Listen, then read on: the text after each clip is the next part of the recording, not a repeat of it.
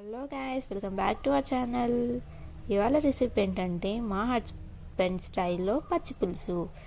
ముందుగా పచ్చిమిర్చిని బాగా సన్నగా తరుక్కోండి. తరిగిన తర్వాత ఆనియన్ కూడా కట్ చేసేసుకోండి. సన్నగా కట్ చేసుకున్న తర్వాత మా ఆయన అరేంజ్ చేసుకున్నట్టు ఇట్లా నీట్గా అరేంజ్ చేసుకోండి. అరేంజ్ చేసుకున్న తర్వాత ముందుగా మనం కడిగి పెట్టుకున్న చింతపండు పులుసులో కారం, ఉప్పు దంచి పెట్టిండుగా. కారం అయితే సరే అంతా వేసిండు అనుకుంటే మళ్ళీ పచ్చిమిర్చి కూడా వేసేసిండు.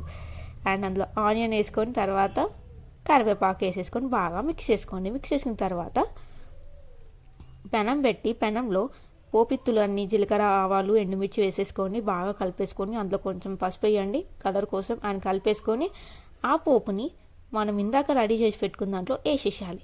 వేసేస్తే రెడీ అండి, అంతే, వెరీ సింపుల్. అండ్ ఇందులో నాకు కాంబినేషన్ ఎగ్ ఉడకబెట్టుకొని ఫ్రై చేసుకొని నంచి పెట్టుకొని తింటే ఆహా ఏమన్నా ఉంటుందా టేస్ట్. మీకు కూడా ఇలా నచ్చితే కామెంట్ సెక్షన్లో కామెంట్ చేయండి. Bye bye.